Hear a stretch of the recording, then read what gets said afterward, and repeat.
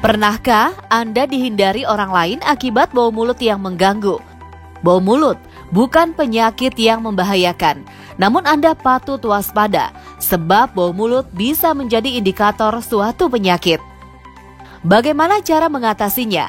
Berikut cara mengatasi bau mulut selain dengan menyikat gigi.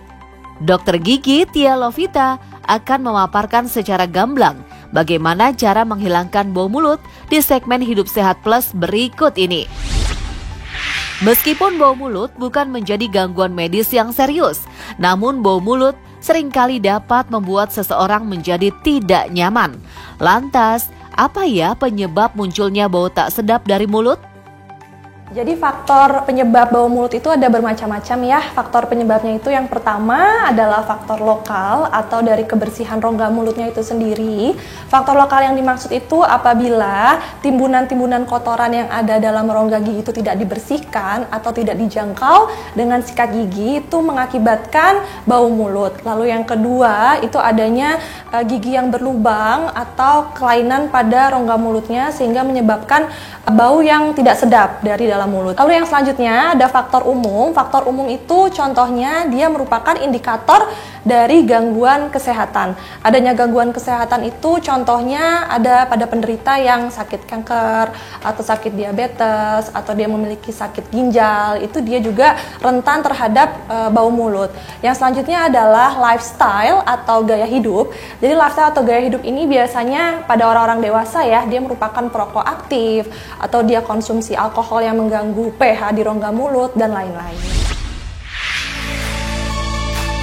Bukan hanya menjadi penyebab menurunnya rasa percaya diri saat sedang berbicara, namun bau mulut juga menjadi indikator adanya gangguan kesehatan pada mulut. Benarkah? Bau mulut juga mengindikasi adanya kelainan pada rongga mulut kita. Contohnya adalah adanya gigi yang berlubang, lidah yang tidak pernah dibersihkan, lalu adanya penyakit pada kelenjar liurnya, yaitu kelenjar liurnya menurun atau kita biasa sebut dengan serostomia, atau adanya sisa akar gigi yang tidak kunjung diberi perawatan atau tidak dicabut sehingga menghasilkan bau mulut. Bau mulut merupakan salah satu masalah yang dikeluhkan saat datang ke dokter gigi, dikarenakan bau yang tak sedap dapat membuat orang di sekitar menjadi terganggu. Siapa saja ya yang dapat mengalami bau mulut? Siapapun bisa mengalami bau mulut karena bau mulut tidak memandang dari gender atau jenis kelamin, dari usia ataupun dari ras. Jadi dari mulai bayi sampai dengan dewasa, semua bisa mengalami bau mulut. Bayi itu biasanya terjadi pada yang mengkonsumsi susu, entah itu ASI atau susu formula, dan oral hygiene atau kebersihan mulutnya tidak dibantu dijaga oleh orang tuanya. Kalau pada orang dewasa, itu biasanya pada yang perokok aktif atau memiliki kebiasaan buruk makan makanan yang tidak sehat untuk gigi atau yang berbau tajam. Lalu pada orang-orang tua atau sudah lanjut usia, itu biasanya dengan penyakit komorbid.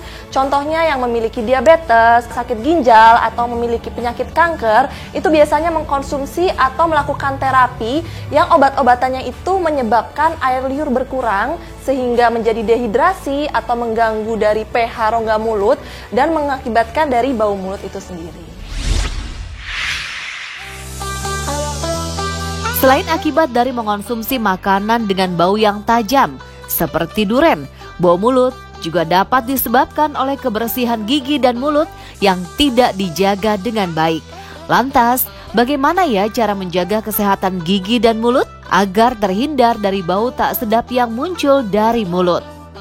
Cara menjaga kesehatan gigi dan mulut itu yang pertama, itu kita harus menyikat gigi sesuai dengan anjuran. Menyikat gigi sesuai anjuran yang baik adalah 2 kali sehari, yaitu setiap pagi setelah makan dan malam sebelum tidur. Jangan lupa pada saat sikat gigi kita juga harus membersihkan lidah, karena biasanya pada bagian lidah itu diabaikan. Juga untuk melengkapinya kita bisa melakukan flossing dengan menggunakan benang gigi.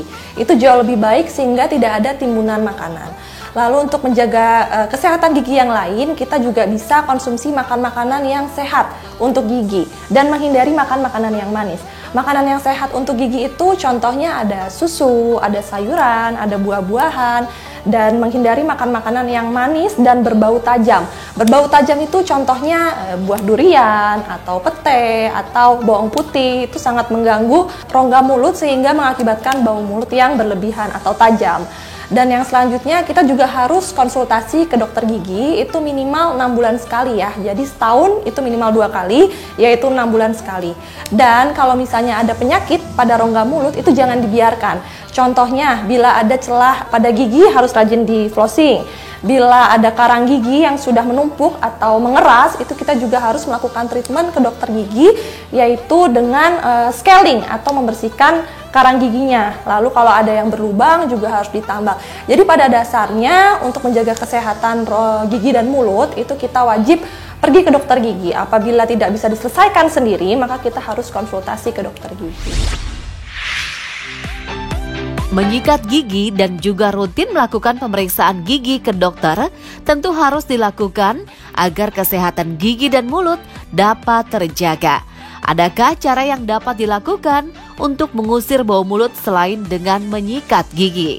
Menghilangkan dari bau mulut itu sendiri ya. Jadi bau mulut itu dia pertama harus kita usahakan selesaikan sendiri dengan cara menyikat gigi, dilengkapi dengan menyikat lidahnya, lalu menggunakan mouthwash atau obat kumur, lalu setelah itu kita melakukan flossing atau membenang gigi untuk membersihkan celah-celahnya.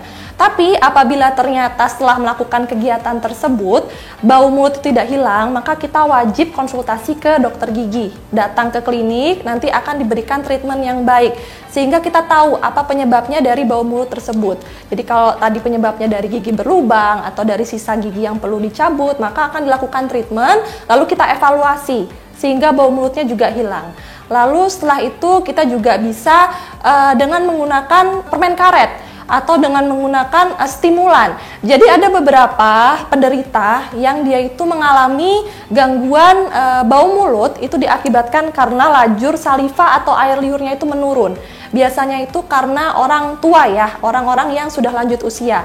Atau orang dewasa juga banyak dengan kebiasaan buruk yang terus-menerus dilakukan. Contohnya merokok, itu mengganggu dari kelenjar air liurnya. Sehingga diperlukan konsumsi stimulan yaitu berupa permen karet. Jadi permen karet itu nanti akan memproduksi lebih banyak air liur. Juga konsumsi air putih juga diperbanyak untuk menghindari dehidrasi. Lalu konsumsi vitamin dan makan makanan yang baik untuk gigi dan mulut.